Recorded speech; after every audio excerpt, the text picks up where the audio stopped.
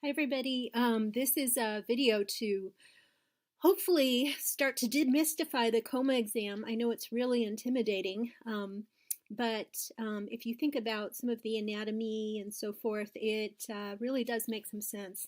I'm hoping that you will get to examine some patients who are in a coma, and I'm also hoping, if possible, you can see patients who are brain dead. We'll talk a little bit about brain death. But assessing a patient for brain death is kind of the ultimate coma exam. Understandably, the stakes are very high because you don't want to declare a patient brain dead when they're not brain dead. And so you're very careful and you use very vigorous stimuli to assess. All right, let me open slides. And again, I'm hopeful you guys can see these. I think you can. Pretty sure you can. All right, so coma. Here's a fun fact. So that's Harborview back in the day. I don't know the exact year there, but it was a long time ago, huh?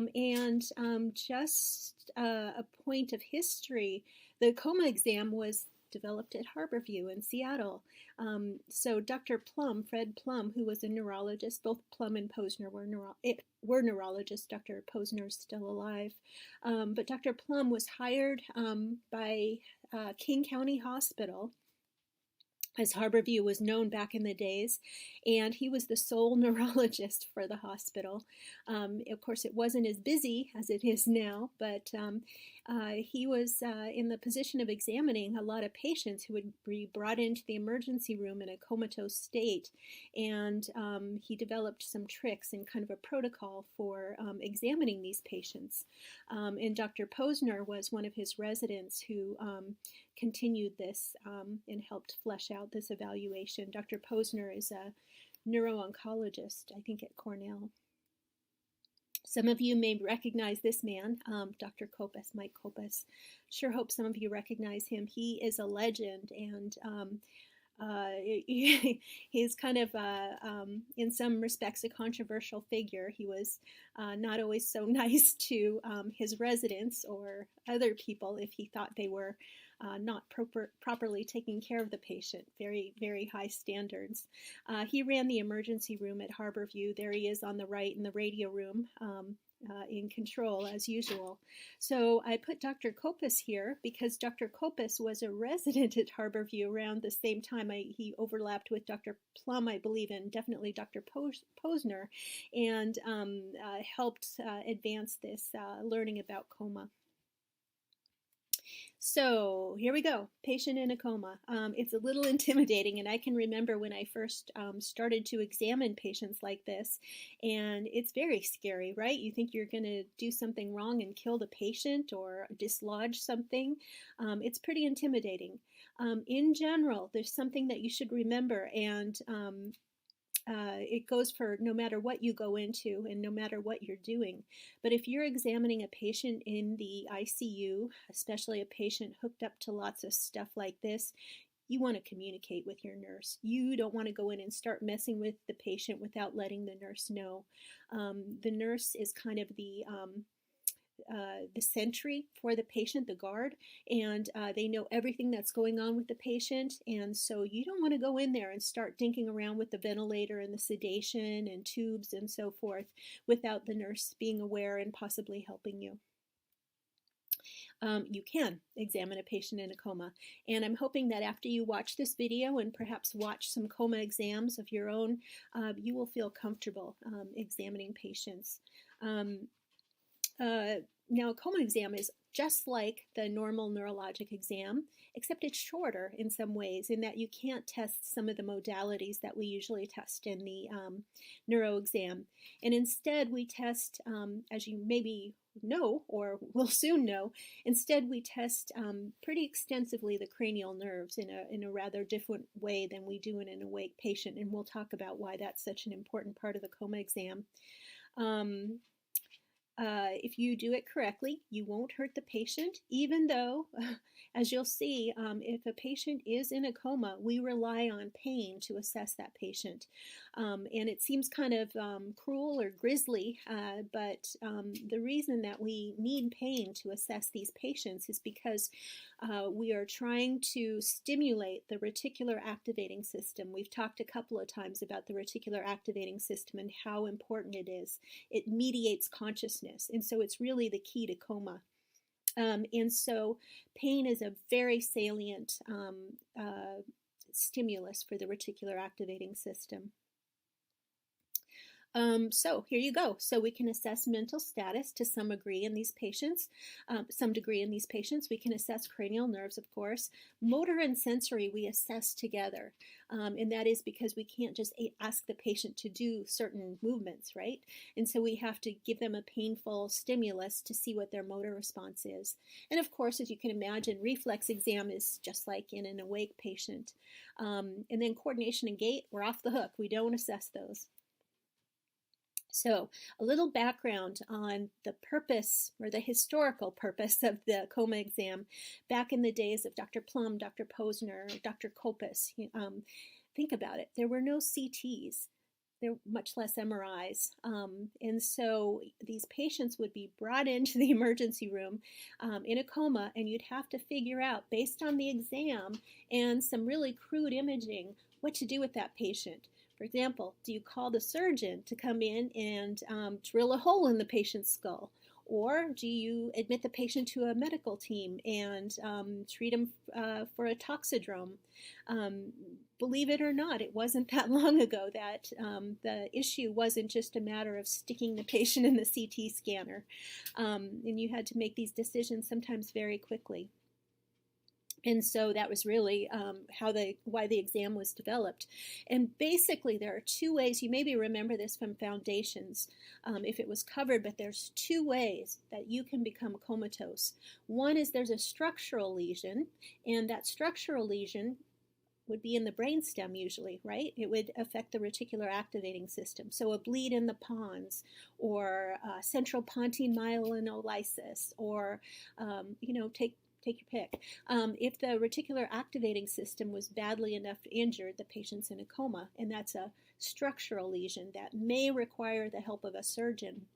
Another structural problem that could cause coma, uncal herniation or other kinds of herniation. And in that event, you would be calling your neurosurgeon to come and see if they can do anything to save the patient. So structural problem. Now, of course, we just put the patient in the scanner, but back in the day, we really had, not me, because I'm one of the spoiled people who's benefited from imaging. Back in the day, they really had to rely on their neuroexam in their knowledge of the anatomy and so forth. And we've gotten pretty spoiled over the years. I mentioned that there was some crude imaging that could be used, and that mostly consisted of X-ray. So we've talked before about how certain structures in the brain calcify, like the pineal, the choroid plexus. And so one of the tricks that used to be done back in the day was an X-ray, just plain films of the skull. And they would look to see if the pineal was pushed to one side or another. If you can imagine, that's how they had to identify things like a bleed in one hemisphere. Some of the other imaging that they used to do back in the day, and I feel sorry for those old school neurologists and neurosurgeons and patients who had to endure this, if they survived, was crude angiograms. And so, again, the patient would be brought to X-ray, and the physician would, the neurologist, the neurosurgeon, would inject the carotid with a radiopaque dye, and they would look at the blood vessels and see if the blood vessels were displaced. And in doing so, as you can imagine, they cause lots of injuries inadvertently to the carotid, dissections and so forth. So once again, we're really lucky that we live in this age, as are the patients. So structural problem. The alternative is a diffuse problem that affects the whole brain. So if you have something that affects both hemispheres, the cerebral cortex, you can lose consciousness. And so here we think about things like toxidromes. So a patient comes in blitzed out of their mind on some toxic agent, be it an illicit drug or whatnot, overdose of of anything. Metabolic derangements, if they're severe enough, you think about patients with liver disease, renal disease, patients with way out of whack electrolytes, that certainly can cause coma. And then infectious kind of causes. So these in general, and there's others, but in general, these were the patients that would need medical treatment, right? Supportive care, and if something could be reversed, try to do that. But this was an important point of triage. And again, as such, the cranial nerve exam really becomes important because, when you're examining a patient, you're really thinking about that reticular activating system, which you maybe remember, hopefully you remember, because I think we've talked about it before, is this like strip of neurons that travels down the brain stem and then goes up and into some of the higher areas. Okay, so we already talked about this, the 2 ways that you can become comatose. And again, the reticular activating system, and you can see, I don't know if you can see my cursor, but you can see how the reticular activating system sends out these projections to different parts of the brain. And so you can see how a lesion there, including a small lesion, can really impact the whole brain. So this, we've already talked about all of this, and no, we haven't, but we've talked about how back in the day you couldn't just get a scan, and there's some circumstances these days where getting a scan won't necessarily help you. So we still need to do the coma exam, and it's still, I would argue, an invaluable skill if you're examining patients who are comatose, be it if you're a neurologist, a neurosurgeon, an emergency medicine doctor, an ICU doctor, a medicine doctor, family medicine, you're going to see these patients. And having some basic skills is still very important because just sticking the patient in the scanner won't always give you the information you need. So the exam can help you differentiate structural and diffuse. And this is important because sometimes, even with the best imaging, with MRI, we don't always see lesions in the brainstem. So hyperacute ischemic strokes or small ischemic strokes in the brainstem don't necessarily show up, on an MRI. And so, especially if they're small, and again, it doesn't take a very large lesion in the brainstem to affect the reticular activating system. So sometimes you can't really see what's going on from even the best imaging, and you have to use your exam skills. In many rural settings, as I know many of you are going to be practicing in, MRI really isn't that feasible, and maybe even in some circumstances CT. And so it's good to have these skills as a backup. And then, if you have a patient that you're treating in the ICU, you want to have a way to track improvement, right? So this is your exam. This is your way to tell how the patient's nervous system is doing. And it's not like you're going to be putting the patient in the CT scanner or the MRI every day to see how they're doing. You're going to be relying on your exam. So you really, really do need to understand some aspects of this. Okay, so the first thing you're going to do if you're going to examine a patient in a coma is you want to eliminate or at least identify any kind of co-founding factors. So if you're going to examine a patient in a coma and they're on a propofol drip, you're not going to know if it's the propofol clouding your exam or if the patient really is that bad off. And so what we do typically in the ICU is try to lighten up sedation or remove sedation. We also try to take into account when a patient comes into the hospital what kinds of toxins are on board. So getting a urine tox and perhaps a even more comprehensive blood tox screen that relies on chromatography, spectrochromatography. I may have that screwed up. It is pretty important because that can confound your exam. And again, you really don't want to be saying a patient is brain dead or something like that if they're just toxed out from something. So besides drugs, other things, of course, that can affect your exam and can affect the patient's performance are bad metabolic derangements, as we talked about. One thing sometimes we don't think about is a low body temperature. So if you've been to Harborview in the emergency department or any really busy emergency department, you've maybe seen people come in coma, but they're cold. They were found down, and you got to warm them up before you really examine them. There's a saying in neurology that you can't be cold and brain dead. So when we do a brain death exam, part of the brain death protocol at Harborview and UW is to make sure the patient's temperature is above a certain point before we do an exam, before we make pronouncements based on our exam. The other thing that can affect your exam, of course, is bad sensory deficits. We'll talk about why that might be later on, but this is something to think about in a patient who has a spinal cord injury or a really bad neuropathy or whatnot. And then there's certain things that you want to think about before you go poking and prodding and turning your patient. Fractures, right? These are often patients who've had some trauma, and so is your patient in a C-collar? Do they have some fractures in their body that limit your testing? Do they have fractures in their face or their sinuses that make some parts of the exam unsafe? And sometimes, we mentioned sedation. Sometimes you cannot lighten sedation because the patient becomes unstable. And so, you may be very limited there. And this is another big reason why we try to coordinate with the nurse when we're doing things like this. Kind of a not uncommon process. A common thing that's done in the ICU is that if a patient is on sedation and you're going to assess their mental status, for example, on rounds, you might jog ahead as the intern or resident and ask the nurse to pause sedation. So something like propofol or midazolam, is pretty short acting. And so if you pause it for a few minutes, you may be able to get a more reliable exam.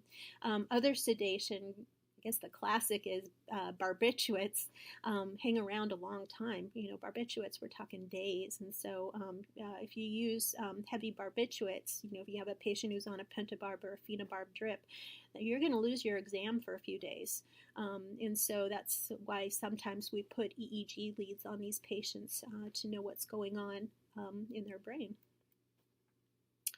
All right, so first, the mental status exam. So again, I think I've mentioned before, hopefully to you, that when I do the neuroexam, or when I think about the neuroexam, I think about it in order. I rely on that structure: mental status, cranial nerves, motor, sensory. And the reason I do that is even now, I don't want to forget something. That's just how I organize my thinking in my brain. And so I encourage you to do that as well. And to kind of go in that order, again, so that you don't forget things. So mental status exam, you can assess the mental status of a patient in a coma. And believe it or not, the Glasgow Coma Scale, for all its faults, is a good place to start with that. Glasgow Coma Scale is what's used at Harborview and UW. You may know there's other coma scales out there. Some would argue those are better, but the GCS is pretty widely used, and so it's worth you learning and remembering some aspects of it, especially, again, if you're going into, a neuro field, an ICU field, especially emergency medicine, or if you're going to be dealing with a lot of trauma. Okay, Glasgow Coma Scale. So this little cartoon here makes it look all fun. It's not so fun, right? There's 3 aspects of the Glasgow Coma Scale, as you remember: eye-opening, verbal response, and motor response. And maybe you remember the lowest score you can get on the Glasgow Coma Scale is a 3.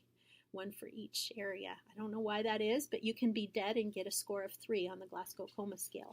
You probably also remember or have heard that coma is generally defined as a GCS of less than 8.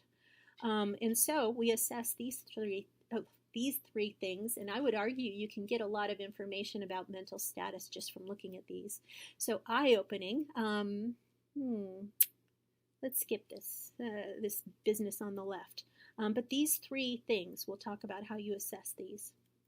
No, we won't, I guess. So eye-opening. So you can have 4 options here. The worst is no response, right?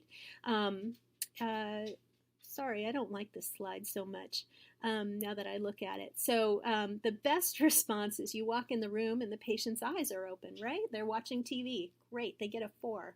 The next best response is your patient's eyes are closed when you walk into the room, but you say, hey, Mrs. Jones, and she opens her eyes.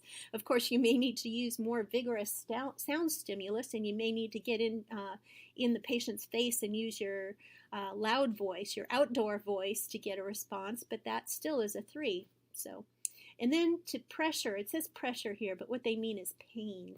And so if you have to use pain, and we'll talk about how you elicit pain.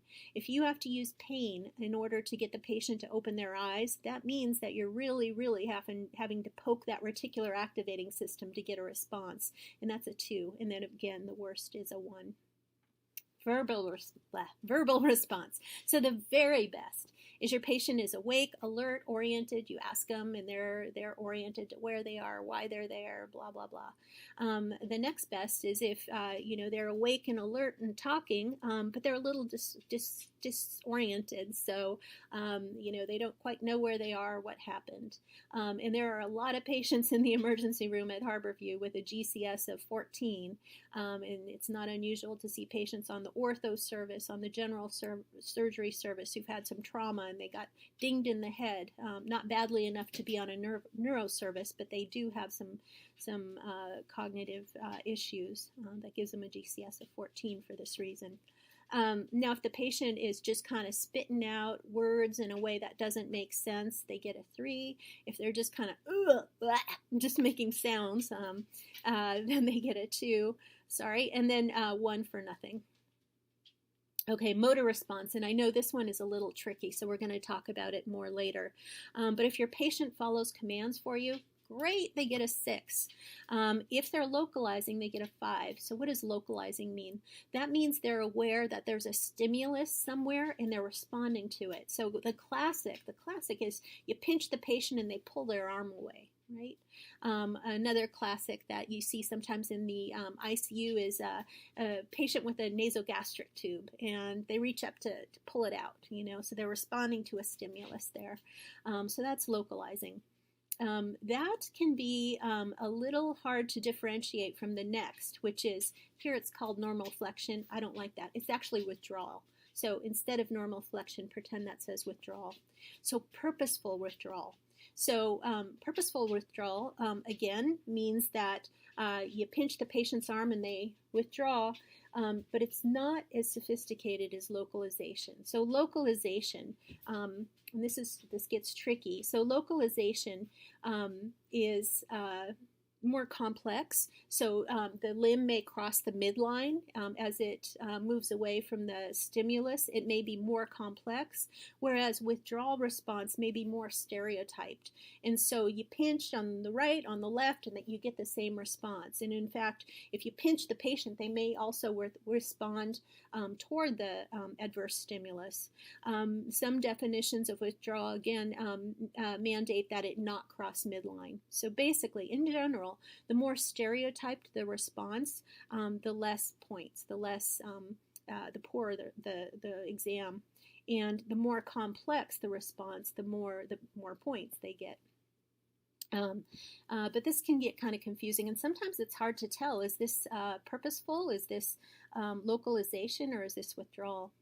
Now, the next 2 that we have are sometimes called posturing, and maybe you remember the decorticate, decerebrate. So decorticate, and we have an illustration of that later, that's when your arms are flexed up in the core. That is thought to be a bit of a better prognosis than extensor posturing, which is where your arms extend out, your legs extend out. Now the basis, as far as I know, the basis for these 2 things and the prognostic value of them is largely based on studies of cats, and it's thought that extension is a worse prognosis than flexion because it indicates a lesion above the red nucleus. Either of them is pretty bad, but in general, if you see somebody extensor posturing, that's bad. They're both bad. And so sometimes people think that you need to have a whole body response, like both arms need to extend out or flex up. And it turns out you can have a unilateral kind of a response. And so sometimes it can be real tricky. And then, of course, no response is very bad. Okay, so we talked about I don't know why I put this slide here, sorry.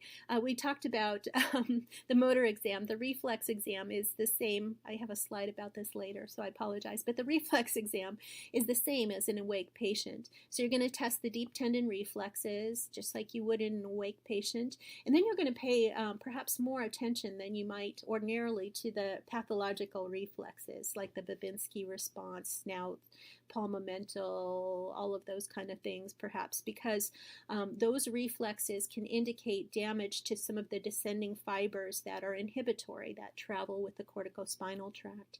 And so you may assess those in your attempt to localize or establish severity. Okay, so we've done mental status. For some reason, I did reflexes out of order, even though I told you I go in order. And the next thing that we assess is cranial nerves.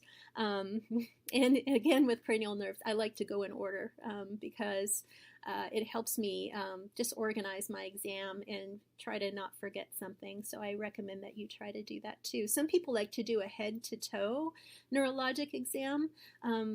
That's not how I was taught, and that just kind of confuses me, so this is what I prefer. All right, and so you can't have the patient stick out their tongue, you know, all this stuff. Look here, look there. You can't do that, and so you're really relying on reflexes. And so a very important reflex in the Coma exam, understandably, is the pupillary reflex. And here you have a normal pupillary reflex in this patient, light in the eye, and you get constriction of the pupil. Maybe you remember the afferent. This is a two-nerve loop. So the afferent, the input to the eye, is mediated through cranial nerve 2, and then the constriction of the pupil is mediated through cranial nerve 3. Sure, it would be nice if we had a reflex that only assessed cranial nerve 2, but here's what we have. Sometimes we forget, just as a side note, that there's another way that we can assess cranial nerve 2, and that is by doing our retinal exam. And so I know we're not always very practiced in that, and it's kind of intimidating, and it's hard to do, but it can be very useful, especially for things like looking for papilledema. Okay, so abnormal pupils. So there's a couple of ways you can have abnormal pupils, right? So you can have pupils that are equal, but either really big or really small. And so this typically we think of as things like toxins. So of course you get the small pupils, you might wonder about something like opioids or whatnot. Big pupils, you might worry about sympathomimetics. It also turns out that if you have brainstem injury, you can get different things that happen to the pupils. For example, if a patient is herniating, you can get a series of pupillary responses that happen as the brainstem is damaged. And that you can get a symmetric response. Kind of one of the things that you'll see is if you see a patient with pontine injury, they may have pinpoint pupils, where the pupils are almost impossibly tiny, even smaller than with opioids. They're equal, but they're teeny tiny. And sometimes you actually have to use a magnifier, maybe pull the little magnifier off the otoscope and use that in conjunction with light to see if there's any response. And then another thing that can happen as the brainstem is getting injured is you can get mid-sized pupils. And so in a patient who's brain dead and a patient who's completed their herniation, you can get these mid-sized kind of pupils. Okay, anesocoria. So this is the other kind of pupillary abnormality we have. It just means asymmetric pupils. So you probably know that sometimes that's normal, it's benign, but in a patient who's in a coma, And so here we have a patient with anesocoria. You don't know which pupil is abnormal just based on this picture, right? You don't know if the patient's got a pupil on the left there that's too small or something on the right. And so that's too big, and so you have to assess. This could indicate a structural lesion. It could also indicate a toxic lesion, and these are my favorites. So if you're a neurologist, you'll almost always get a consult at some point in your life for toxic asymmetric pupil, and these are so satisfying. You should know, especially if you're going into some, everybody should know this.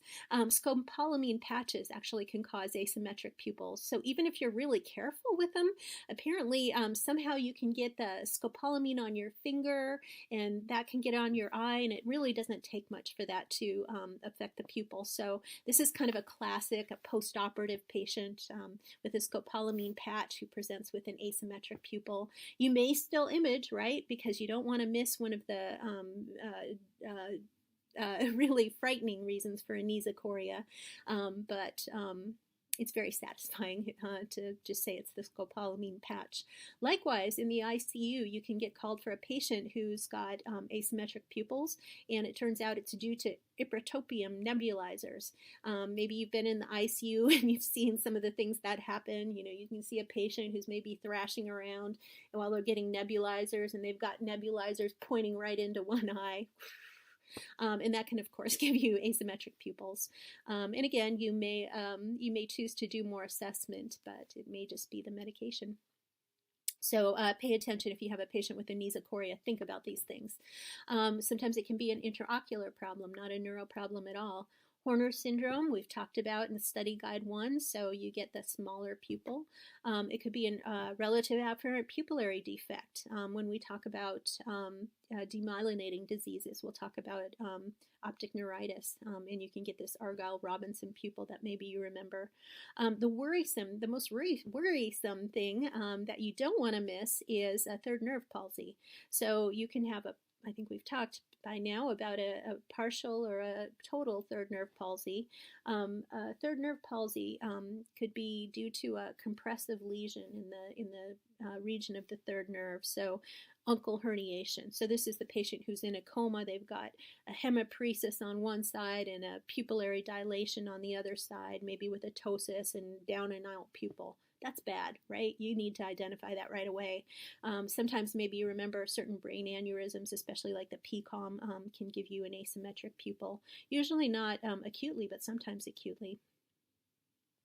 You also have microvascular causes of a third nerve palsy that you may see if you're going into a field where you're going to see a lot of diabetic patients. So there's microvascular injury to the third nerve that results in a pupil-sparing third nerve palsy. And I think on one of our study guides, we at least mention a little bit more about microvascular third nerve palsy. Okay, this is just cheesy slides to remind you of the meds. And this is an example of a patient with anesiochoria. So I can't remember. Oh, the reason I put this slide in is because here, this presumably is a patient in a coma because the person is holding their eyes open.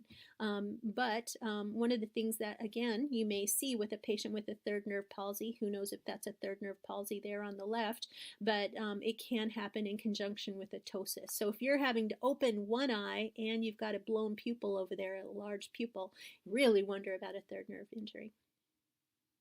Okay, reflexes in the cranial nerves. This is where it gets gnarly for some people, and I want to try to make this a little easier. So you remember cranial nerves 3, 4, and 6 mediate the eye movements. Sometimes we don't think of this, but cranial nerve 8 is also involved in these reflexes, although predominantly what we're testing is cranial nerves 3, 4, and 6, and we assess them together here. And so one of the reflexes that we look at to assess this part of the brainstem, these cranial nerves, is the oculocephalic reflex, also known as the doll's eyes reflex. So doll's eyes, that confuses everybody. The terminology here is really confounding. And so don't think about the terminology for a moment, okay? And so what you want to see, what is normal in a patient who is not awake, okay? So let's Hold that thought. In a patient who is not awake, what you want to see is their eyes are open. Sometimes you have to hold their eyes open, and you turn their head. And you want to see that their eyes move opposite the direction of their head, right? And it's called doll's eyes because of, those creepy old dolls who had weighted eyes that would move against the head. And so that's what you want to see. This is actually a reflex. And so the eyes are actually moving in order to stay fixated ahead. That's a good response. That means that that part of the brainstem is working. So that is a negative oculocephalic reflex. Again, the terminology is a disaster. So just say, if you want to document this, what I do is I say the patient's eyes move conjugately opposite the direction of the head. So that's good. Now, in a patient who's awake, they can suppress that, typically suppress that response. So they may just do this. And that's just, if they're awake and talking to you, that doesn't mean that they have brainstem injury, right? It just means they're awake and they're kind of overriding this reflex. Now, what you don't want to see, what a positive oculocephalic reflex is a patient who's in a coma that does this. Oh, sorry. Their eyes move along with their head, right? They don't fixate. They don't have that response where their eyes can keep moving to keep them fixated ahead. That indicates some injury. And it could be either a focal injury there, or it could be a more diffuse injury. We see this in patients who are brain dead. This is the response you would expect in a patient who's brain dead. Now, if there was a structural lesion in the brainstem, what you might get is eyes going one way. One eye goes one way, other eye goes another way. And of course, that's abnormal. So, and that would be a positive oculocephalic reflex as well. Now I'm wondering if I've got the positive and negative messed up. So maybe positive, sorry you guys. So positive, I guess, is, see, I told you it was confusing. Don't use positive and negative with this. Just say what the patient's eyes do. But if you turn the patient's head like this and they fixate, this slide at least is telling you it's positive. Okay, but anyway, that's the idea behind this response. Now, an important thing to remember is if you have a patient who's had a cervical injury or a suspected cervical injury, you're not going to do this, right? You're not going to do this. So if you come in and your patient's in a C collar, you're not going to take the collar off and start jacking their head around. That's bad form. That's bad. So if you break your patient's neck, that's very bad, even if they're brain dead. So don't do it. Okay, and so the other way we assess these nerves in that portion of the brainstem is with the oculovestibular reflex, more commonly called calorics or cold calorics. And so people remember that cows business from foundations or boards or whatever. Forget cows. It'll just confuse you. Forget that cows. Just remember this, okay?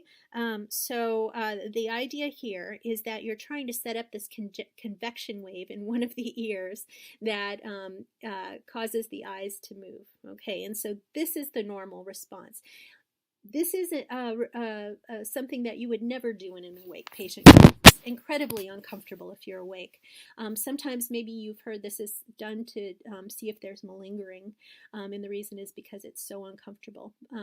But anyway, so this is the normal response, is that you put cold water in one ear and the patient will have like a slow deviation. Maybe you remember nystagmus, there's a slow deviation, or sorry, there's a slow phase and a fast phase. And so what you'll see is you put cold water in this ear, you get a slow deviation toward the stimulus, and then a fast corrective deviation away from it. So slow toward, and then this kind of fast, we call it saccades because it's these little jumps away from the stimulus. And that's the normal response in a patient who is not awake.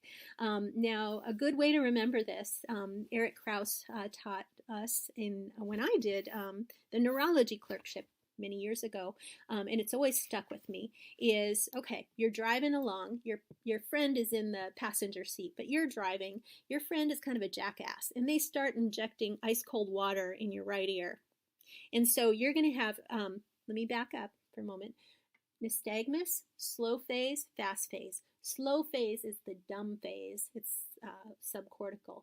And then the fast phase is the smart phase. It's cortical. And so what you can see is cold water in your ear, you're going to have a slow, dumb deviation toward the stimulus. And then because you're driving, you're going to have a fast, corrective, smart phase away from the stimulus because you want to make sure you don't crash your car.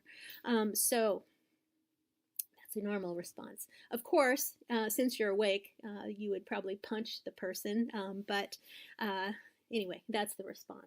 So what's an abnormal response here? An abnormal response is nothing. So when we examine patients who are brain dead, we put cold water in and nothing happens. Then we put cold water in the other ear. Nothing happens. You assess both ears, obviously. And so that's abnormal. Again, if you have one eye do one thing, the other eye do the other thing, that's abnormal. If you only have a slow deviation but no fast deviation the opposite way, that's abnormal. Now, a word about calorics. If you find yourself in a position of doing these, I always look in the ear. I dig out an otoscope from somewhere and look in the ear. And the reason is, especially with brain death testing, which is the circumstance under which we usually do this. I rarely do this except with brain death testing. But I look in the ear. And the reason is, well, sure, you don't want to do it if somebody's got a ruptured earlobe, sure, but more importantly, especially if you're doing brain death testing, is that you want to make sure there's not a ton of wax build up there that's going to give you a false negative, false positive, whatever. It's going to, that'll affect the patient's response and make you think that the patient's response is abnormal. I thought I was going to say something else about this, but I'm not. Maybe so. When I do this, I also, just as a side note, coordinate with the nurse, of course, and I put chucks or pads under the patient's ears, so I don't make a big mess. Okay. So yeah, calorics. And then, that cow's business we learned.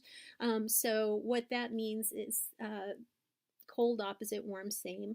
And the reason it's confusing is nystagmus is named for the fast phase, not the slow phase. So if you put cold water in this ear, you're going to get slow toward, but then you're going to get cold opposite.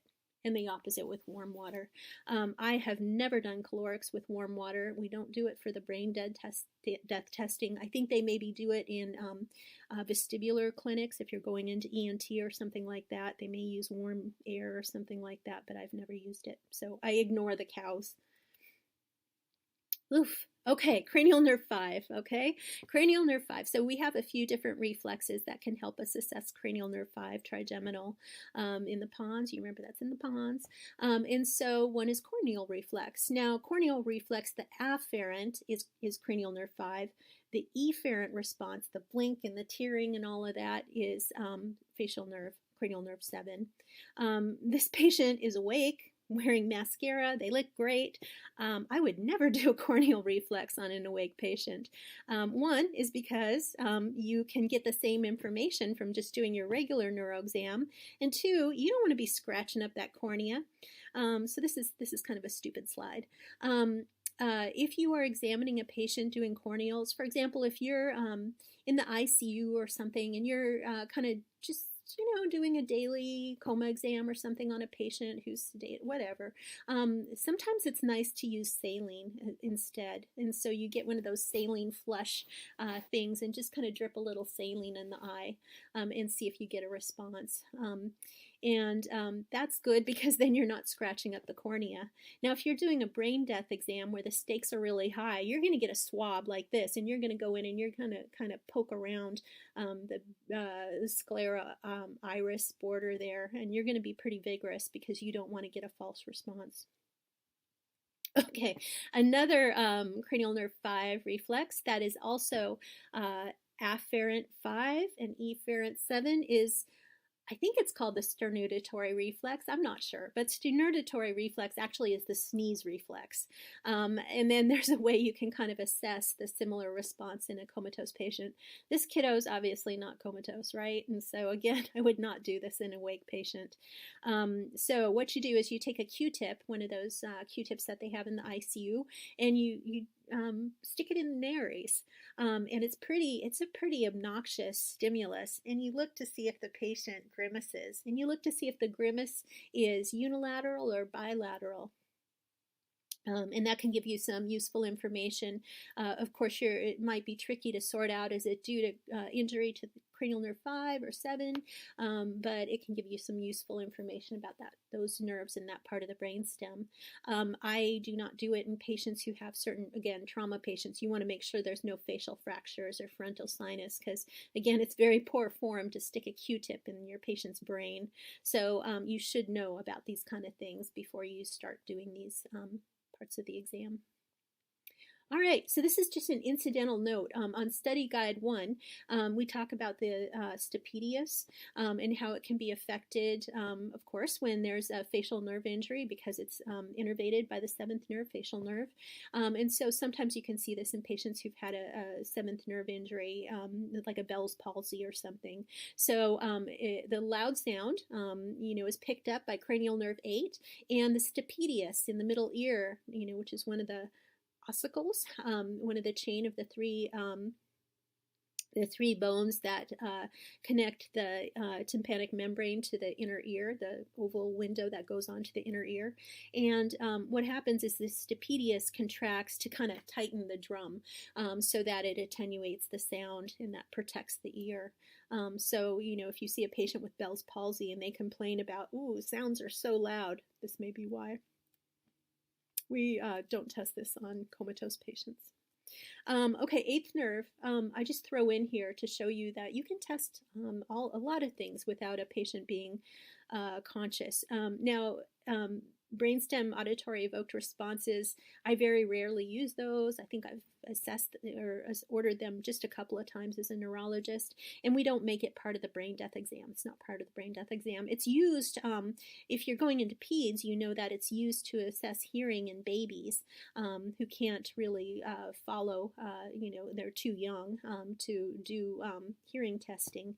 And what it does, it's kind of fascinating, but if you remember all those different relays of the auditory tract, inferior colliculus and all that good stuff, superior colliculus. See, you can't know everything, right? So anyway, there's all these different relay points in the auditory pathway, and auditory evoked potentials can assess whether things are getting through all those different points. You can use it in dogs, evidently, too. And if you're a dog person, which I think our current class is predominantly dog people, you may know, I think this is a Dalmatian, but I think Dalmatians are prone to hearing loss.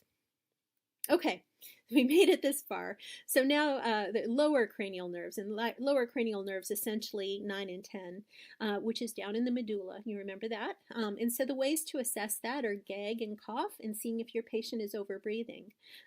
So sorry for the typos, but what you do is touch base with the nurse, right? Because this is a patient who's on a ventilator, and you assess gag. And so the way to assess gag in a patient who is on a ventilator, you take something like the Yank Hour or a little swab, and you go back, reach back, and you kind of stick it in the posterior pharynx and see if there's a gag response. Or I often ask nursing or respiratory therapy if they have seen a gag response, because they're typically suctioning the patient, orally suctioning the patient. They can often tell you if there's a gag response or not. Now, you need to be careful with this because you don't want your patient to vomit and aspirate the vomit. So I always touch base with the nurse and respiratory therapist, because oftentimes they can tell you if they're getting a response. Same with cough. So same idea, you kind of jiggle the tubing or advance the suctioning on the tubing and see if there's a cough response. Because any of us, if you stimulate those areas down there, down to the carina or whatnot, you're going to cough like crazy. And again, I'm so paranoid about unhooking the patient inadvertently. I will talk to the nurse first, and sometimes the nurse can tell you, oh yeah, I got a strong cough when I suctioned him just a little bit ago. And then, of course, you want to see if the patient's overbreathing the ventilator. So maybe you remember the medulla has the respiratory centers down there. So if you badly enough damage the medulla, you're going to lose your breathing, your will to breathe, your stimulus to breathe. And so what you do is you just watch, look at the ventilator and see what the rate is set, and you see if the patient is breathing faster. So if the ventilator is set to 14 breaths per minute and your patient's breathing 18 breaths per minute, that means that they're breathing. Okay, so brain death, one of the things that we do in the brain death trial, because again, stakes are so high, is we do an apnea trial as part of the exam. And so this is done with nursing and respiratory. This you need to be careful. All of this you need to be careful, but you need to be especially careful here because sometimes patients become unstable. Patients can have arrhythmias. Patients can code as a result of this this study, so you may not be able to continue the study. But you basically pre-oxygenate the patient, get an ABG, turn off the ventilator. Somebody, not me, the respiratory therapist. Don't touch ventilators, by the way. This is a fact that may save you, do not touch ventilators on your own in general, because those belong to nursing and respiratory therapists, especially respiratory therapy, and they will get very angry with you if you do that, and it's unsafe, right? Okay. So, so basically the respiratory therapist turns off the ventilator and you watch the patient for however long and you look to see if they trigger a breath. If they trigger a breath, great, they're not brain dead. If they don't trigger a breath, you put the ventilator back on and you get another ABG and you see if they're, actually I guess you get the ABG, then turn the ventilator back on and you see if their CO2 rose to an appropriate level, meaning that they are not breathing. Okay, so and again, you may not do this on patients if they're unstable.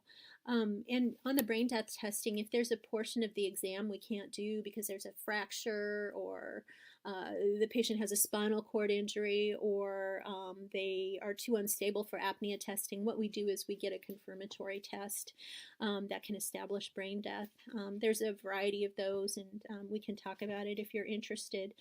This is the test that we use most frequently at Harborview. This is a nuclear medicine scan, and basically the patient goes down to nuclear medicine, they inject some stuff, and look to see where the blood flow is. And this is the empty light bulb sign that you can see where there's no blood flow to the brain, no blood flow to the brain. But you can see some parts of the head are really well getting good blood flow, like the nose. Nose gets good blood flow in some parts of the face, but nothing in the brain. Bum slide.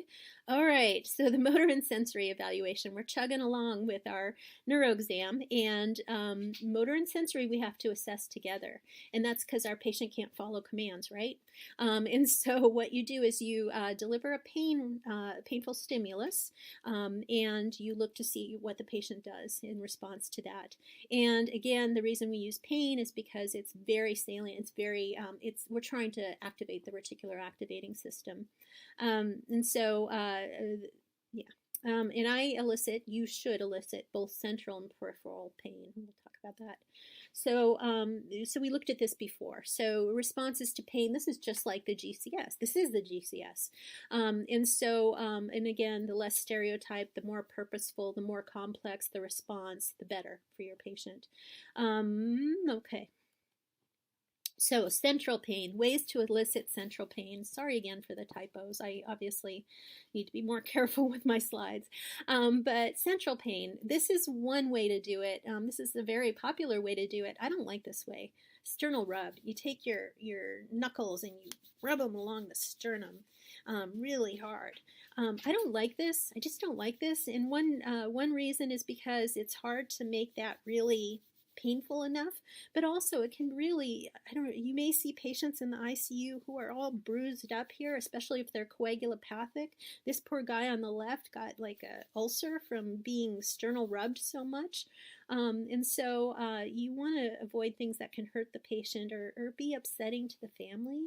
So when you're doing these exams, sometimes the family's in the room. So, and it can be very upsetting for them to see you eliciting pain. So it's good to have ways to elicit pain that aren't obvious to people.